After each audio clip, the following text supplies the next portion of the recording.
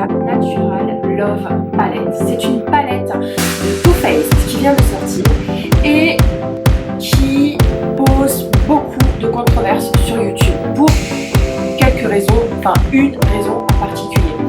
Je dirais tout d'abord que quand on regarde la palette, déjà dans le packaging, elle est absolument sublime.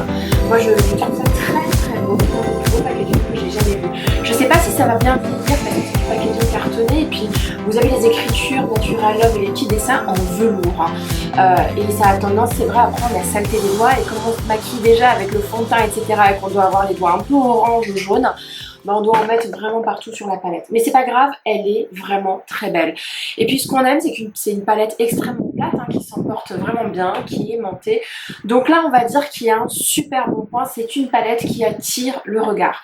Maintenant, deuxième découverte, quand on l'ouvre, voilà, on a un miroir géant et ça c'est top quand on est en voyage et qu'on a besoin de se maquiller. Moi j'avoue que c'est un vrai plus d'avoir un miroir aussi gigantissime. Et puis quand on part en voyage avec, qu'on partage une maison avec des gens, la salle de bain est tout en prise. Donc j'avoue que j'aime bien me maquiller tranquillement sans être stressée par quelqu'un qui arrive. Le fait d'avoir un grand miroir et pas un petit comme ça aide énormément. Et puis quand on regarde les couleurs qui sont proposées, on a envie de tomber par terre. En fait, c'est un peu le piège dans lequel je suis tombée. J'ai vu la palette de loin au corner Too Faced au Sephora des Champs-Élysées. Je me suis rapprochée, j'ai vu le truc. Je l'ai swatché avec les doigts. Et quand on les swatch avec les doigts, les swatchs sont en grande majorité d'une bonne qualité. Et je l'ai prise et je suis allée en caisse. Direct, je me suis pas posé de questions, mais regardez-moi la beauté de ces couleurs là. Alors moi les roses un peu comme ça, je vous avoue que je commence à les apprivoiser, mais c'est pas encore ça. Mais moi j'adore les 6 qui sont là, qui sont pour moi sublimes. J'adore les 8 qui sont là.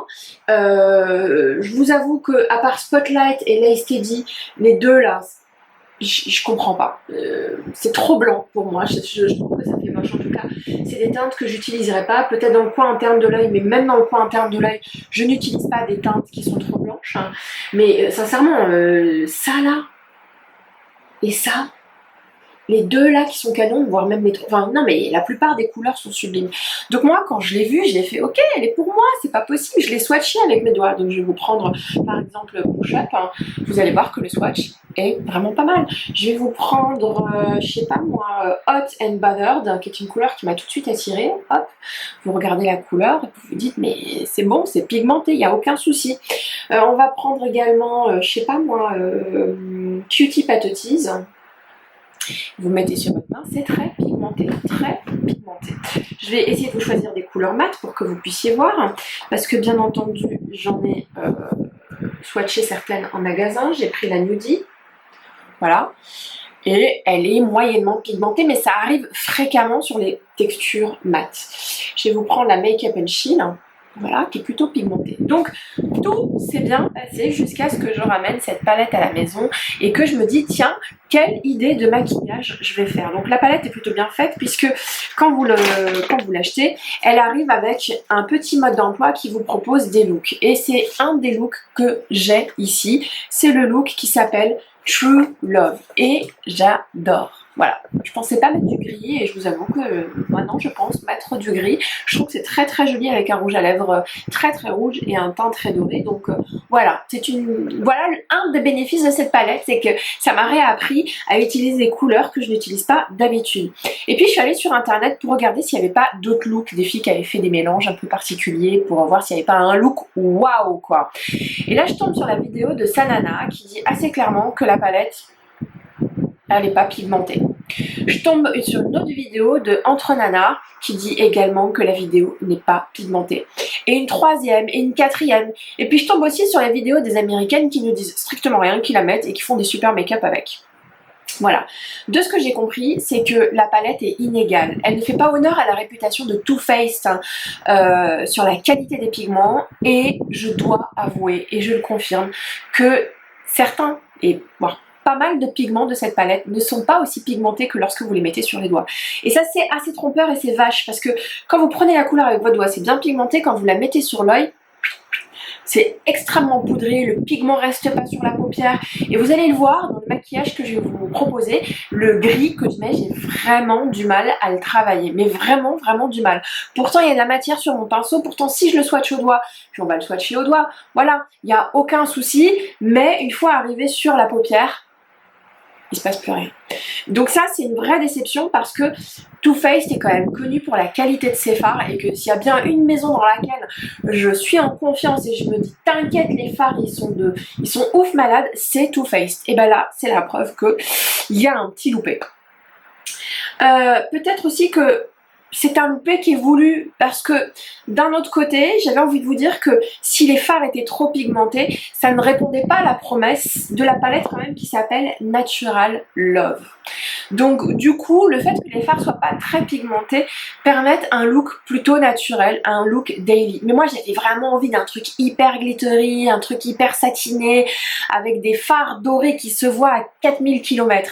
Mais c'est vrai que quand on regarde le nom de la palette, est-ce que justement c'est pas fait pour être porté tous les jours et donc c'est peut-être la raison pour laquelle les fards ne sont pas pigmentés, mais c'est vrai qu'il y a quelque chose d'assez étonnant et bon, à suivre.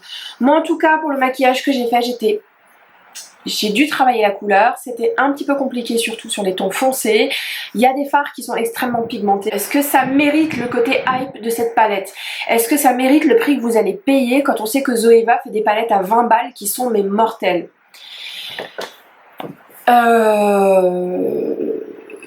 Bah là j'ai envie de vous dire deux cas. Soit vous êtes une collectionneuse de maquillage et que vous avez envie de travailler des looks extrêmement différents et avoir de quoi faire des choses différentes, auquel cas c'est un poste de dépense, la beauté très important pour vous.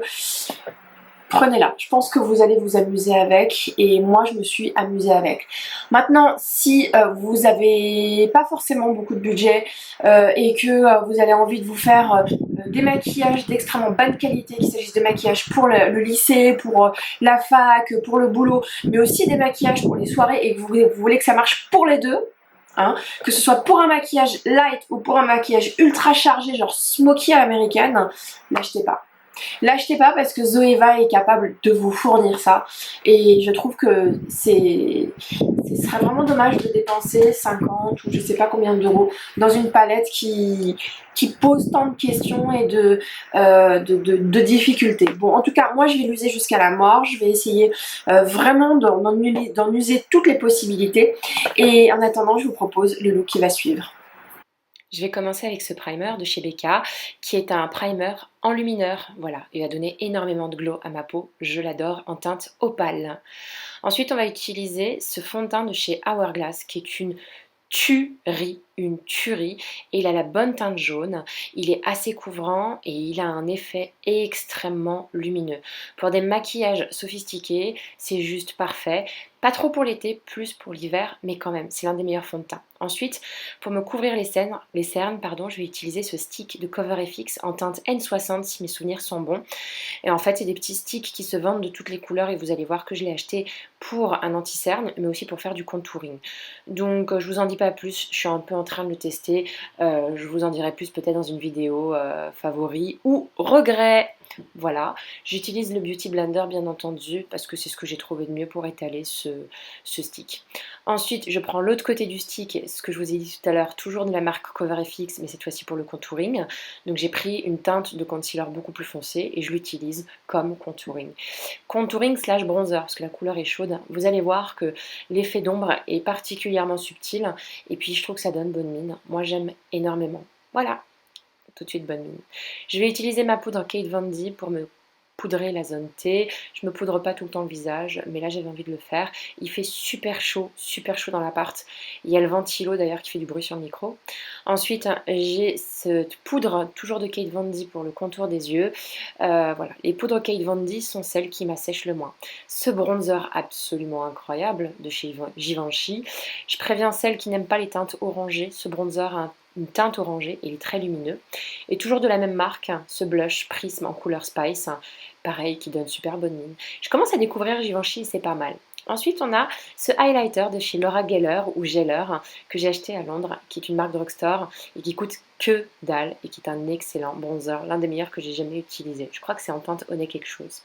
je prends ce primer de chez Dior afin de préparer ma paupière à la palette naturelle de chez Too Faced. Bon, j'ai trop hâte, hein, même si il y a quelques déceptions comme je vous disais tout à l'heure. Je vais me faire le look qui s'appelle le look True Love qu'on retrouve dans le petit prospectus qui est dans la palette et je vais commencer par la couleur Spotlight pour un peu unifier ma paupière. Et dès que je commence là tout de suite, je sens qu'il y a un petit problème de pigmentation. Je suis obligée de mettre plusieurs couches comme vous pouvez le voir, mais on y arrive quand même, il ne faut pas exagérer. Je vais prendre ensuite la couleur Moonbeam, qui est un espèce de gris satiné, irisé, très très clair, que je vais mettre sur toute la paupière. C'est une couleur que je n'aurais jamais mise, je n'aurais jamais achetée toute seule. Et pour moi, c'est une découverte. Vous allez voir que malgré tout ce que je pourrais dire de cette palette de négatif, j'adore le maquillage final. Donc là, c'est un très très beau gris et c'est une couleur que je n'utilise jamais. Donc merci Too Faced de me faire découvrir des couleurs. Sans Too Faced, effectivement, je n'aurais jamais essayé de couleur grise. Je prends ensuite la couleur Nudie, qui est un nude comme ça porte très bien son nom, un nude un peu taupe, pour faire la banane. Et l'effet est très très subtil, hein. Alors je dis subtil pour être positive, mais la vraie vérité c'est que c'est pas super pigmenté. Mais du coup, c'est plutôt un plus parce que je me rends compte que le fait que ce soit pas pigmenté, on construit au fur et à mesure et ça donne un effet en plusieurs dimensions et c'est pas grossier. Si ça avait été extrêmement pigmenté, peut-être que le fait de faire la banane avec une couleur nude aurait été un peu plus vulgaire. Et je prends la dernière couleur qui s'appelle Smoking, qui est un gris irisé très foncé. Et là aussi, vous allez voir que ce gris qui est censé être foncé, j'ai du mal à l'appliquer. Donc je prends un pinceau plat, je prends de la matière, je tapote pour vraiment déposer le pigment et malgré tous mes efforts, je n'arrive pas à avoir un effet plus important que celui que vous voyez à l'écran. Et pourtant la couleur est beaucoup plus foncée sur la palette, donc c'est vraiment bizarre. Néanmoins, ça se travaille. Néanmoins, j'aime bien l'effet que ça fait, donc je continue et puis je réapplique la matière et je construis jusqu'à avoir l'effet recherché. Bon, faut pas chercher l'effet très foncé, faut pas chercher l'effet smoky avec ce gris, l'effet smoky arrivera jamais. Je fais la même chose dans le dessous de l'œil et ensuite je prends ce pinceau là pour estomper pour un effet un peu plus fondu. Même chose de l'autre côté, et là vous pouvez commencer à avoir l'effet, donc même si je vous ai dit que les couleurs sont pas pigmentées, je trouve que c'est quand même hyper joli. Je réapplique du gris parce que j'ai envie qu'il soit un tout petit peu plus intensif, et pareil j'estompe. Franchement c'est pas mal, non? Même si c'est pas pigmenté, regardez. Allez, je vais mettre mon mascara, qui est un mascara YSL, qui date de l'année dernière et qui est plus du tout vendu, donc je ne saurais même pas vous dire comment il s'appelle, et de toute façon il est plus du tout vendu. Et je suis deg parce que regardez, il est vraiment pas mal, hein. Il fait des très très jolis cils, mais c'est un mascara d'une collection éphémère de l'année dernière. Bon, je suis satisfaite de mon maquillage comme vous pouvez le voir, hein, j'arrête pas de me mater, je suis plutôt contente. Je me suis fait les sourcils, je vous ai parlé en vidéo parce que je les fais tout le temps de la même façon. Et puis je vais m'appliquer du rouge à lèvres, donc c'est le Matte Shaker de Lancôme. Je vous en dis pas plus parce que je vais consacrer une vidéo à ces rouges à lèvres. Voilà, j'espère que vous avez aimé ce look avec la Natural Palette. Bon, il y a pas mal de bémols, mais je trouve quand même les couleurs assez sublimes et j'avoue que je ne me maquillais jamais en gris et c'est la première fois que je découvre que le gris, ma foi, ne va pas si mal que ça. Voilà, donc si vous avez aimé cette vidéo, n'hésitez pas à mettre un petit like. Si vous avez envie de revoir cette petite tête, n'hésitez pas à vous abonner. Il y a un petit bouton ici, je sais pas très où, mais vous allez le trouver, hein, bien entendu. Moi, je serais ravie de vous retrouver tous les vendredis ou le week-end. Je vais peut-être changer d'heure de poste pour voir ce que ça donne. Bisous, bye.